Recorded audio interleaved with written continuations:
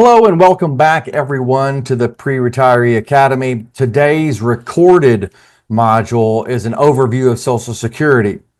The Social Security program is very robust with a lot of tricky rules and nuances, and today we're just going to touch on some things to give you a better foundation that everybody should consider.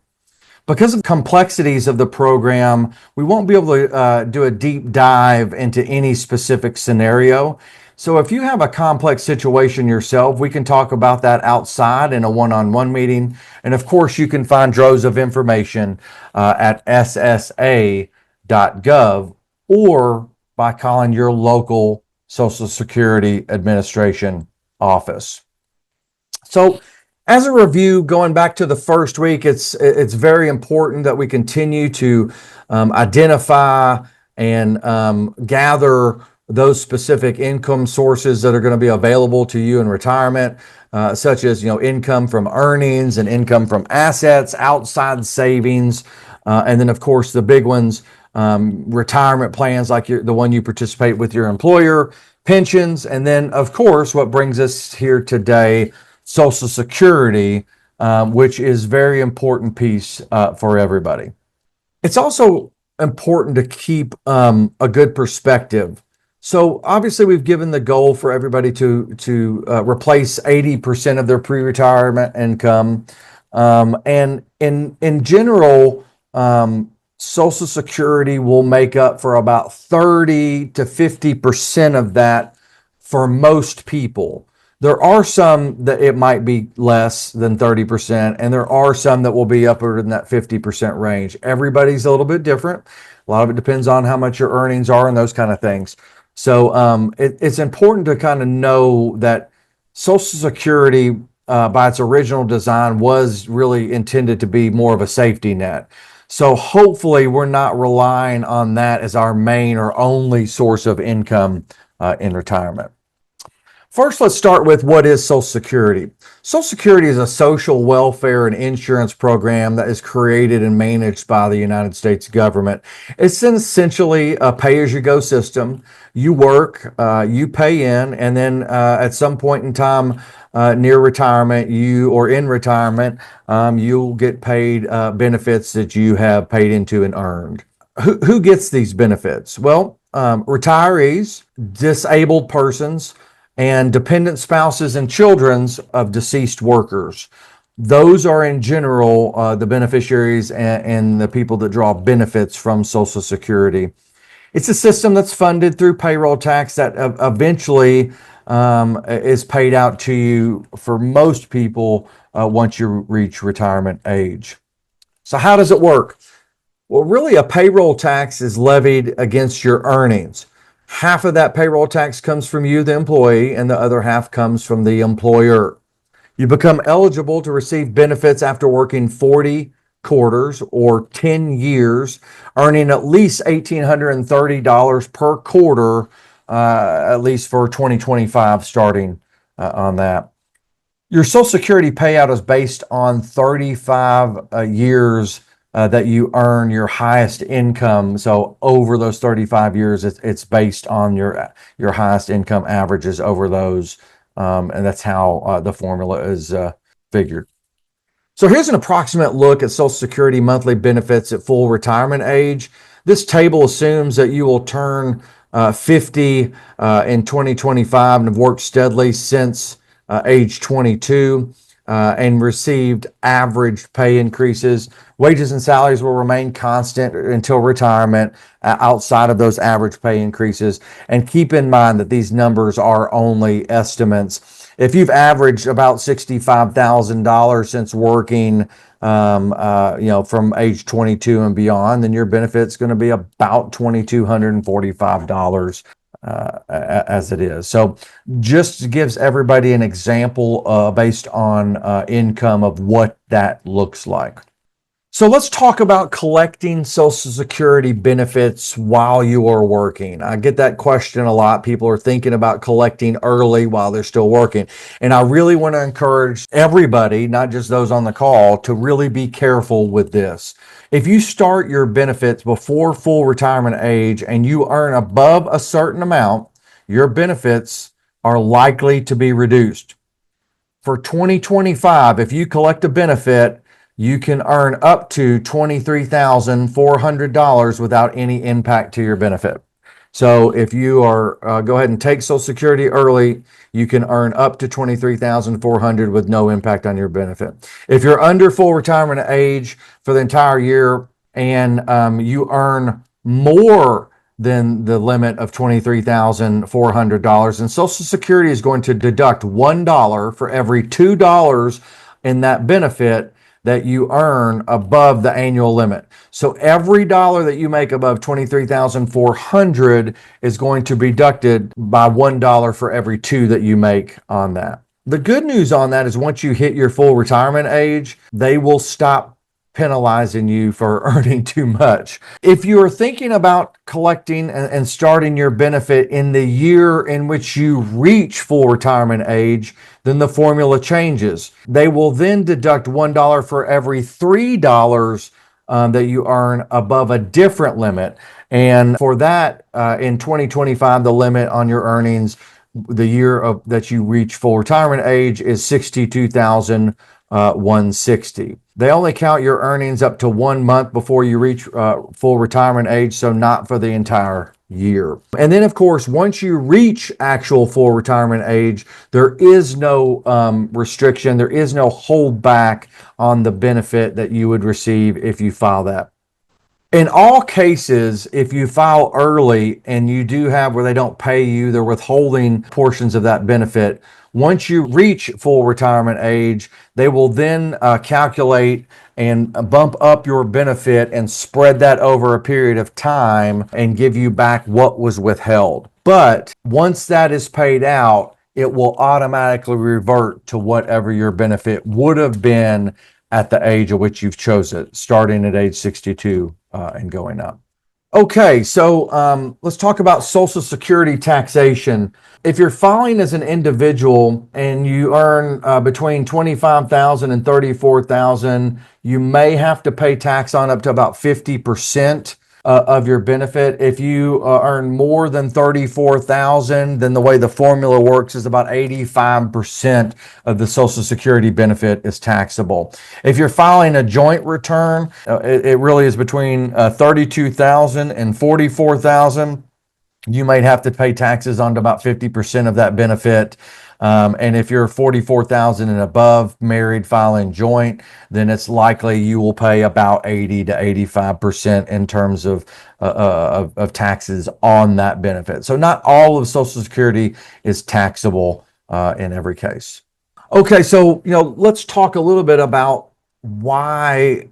What if I take my benefit early? Like, what does that look like? So if you choose to take your own Social Security benefit before full retirement age, be aware that the benefit is permanently reduced by 0.5% for each month. The way it kind of works is it's about an 8% per year discount from full retirement age.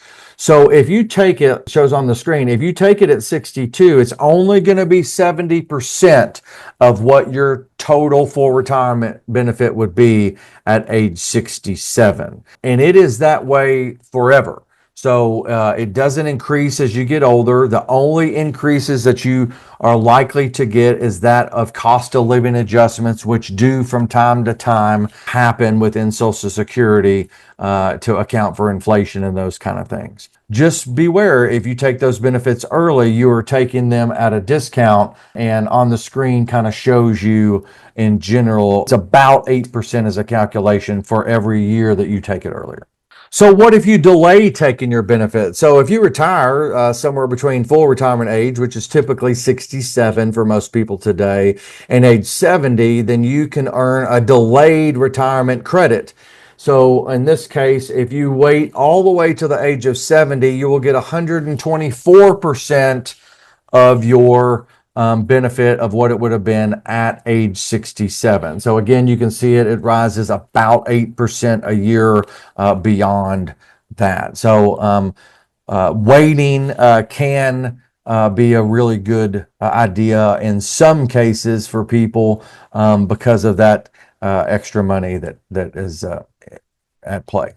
So the million dollar question, when should I take Social Security? Again, if you take benefits at 62, you're looking at that permanent reduction in benefit up to 30%. If you wait to age 70, you can get 24% more to delayed credit. So which is better? Well, that depends. Everybody's different. If you need income, claiming early might make sense. If you're healthy and have longevity in your family and can afford to wait, delaying can add serious value and income for yourself over your lifetime. But again, a lot of that has to do with how long we think we're going to live, which we don't know. Some of it is an immediate need and because of health reasons or whatnot, income reasons. So everybody is different. I have to stress, there's not always like a right or a perfect answer on this. There is a little bit of an art that has to take place. But in general, the closer you can get to that full retirement age, the better off most people are. So how should I decide when to take benefits? So considerations for deciding on when to take this is if you're contemplating early retirement and you have sufficient resources like an investment portfolio or a traditional pension or other sources of income, then you can be flexible about when you can take Social Security. If you need your benefit to make ends meet, so to speak, and you have fewer options, then you either need to do one or two things. If you're going to retire, then you probably will end up taking that earlier. It probably makes sense on that. You might be a little bit more restrictive on your spending as a result, or you may consider postponing retirement or working part-time until you kind of reach that full retirement age or longer in order to maximize out that. Obviously, your life expectancy plays into this great. If you think you're going to beat average life expectancy, then waiting for a larger monthly check is probably the right line of thinking. On the other hand, if you're in bad health or have reason to believe that you won't have an average life expectancy, then taking it early probably makes sense. That old adage, a bird in the hand is worth two in the bush, as my dad used to say. How should I decide to take benefits, or when should I take benefits together? So really, it depends on your marital status. If you're married, start by taking into account your spouse's age, her health, benefits into account, particularly if they are a higher earning spouse. At full retirement age, you can take either 100% of your own benefit or 50% of your spouse's, whichever is higher, so long as you've been married for more than 10 years. On that note, if you're divorced and you were married for 10 years or more, you can receive benefits based on your ex-spouse's Social Security record, up to 50% of the full retirement benefits. Now, note that happens at full retirement age. Take note that if your spouse uses your record, this will not impact your personal benefit, okay? If you're widowed, you can receive either your own retirement benefits or up to 100% of your spouse benefits, and you would take whichever is higher, whichever is larger.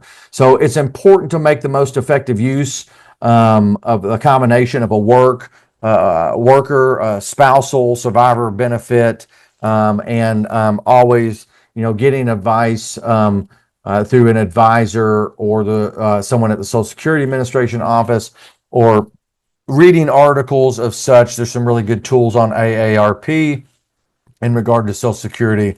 I would encourage everybody to really figure out what's best for your personal situation. How should I decide when to take my benefit? So your employment status plays into this. Obviously, earning a wage can reduce your benefit temporarily if you take Social Security early. I don't recommend that. If you're still working and you haven't reached your full retirement age, in general, it's best to wait. Again, on this one, it kind of goes to like any reduction in benefits due to earnings test is only temporary. You'll receive the money back. But in general, if you are working until at least the year you hit full retirement age, in general, it is best to wait because you can't even use all the money that you would get anyways. Okay, so on the screen, to wait or not to wait. So consider taking benefits early if you're no longer working and you really need the money. If you're in poor health and don't expect to live longer, then I would probably take it earlier. And if you're a lower earning spouse and your higher earning spouse can wait to file for a higher benefit. So if you're a lower earning spouse and you know your spouse's benefit at full retirement age is going to be larger, at of 50% is going to be larger than what you take, then go on and take yours, and then take the higher benefit once you're older and in full retirement age. Consider waiting if you're working. If you're still working, I think it makes the most sense to let that continue to grow.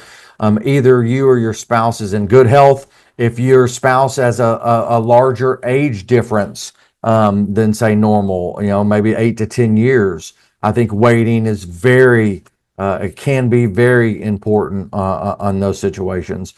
And if there's a large pay gap between spouses, then deciding to take that early might not be the worst idea either. Okay, so let's talk about a couple strategies. Number one, it's just a simple one. I mean, how do you maximize your lifetime benefits? It's not rocket science. We just delay in claiming. This works well for couples in good health with similar incomes, and the benefit potentially thousands or hundreds of thousands of dollars over their lifetime. In this example, you see Willard's life expectancy is 88 and his income is 75.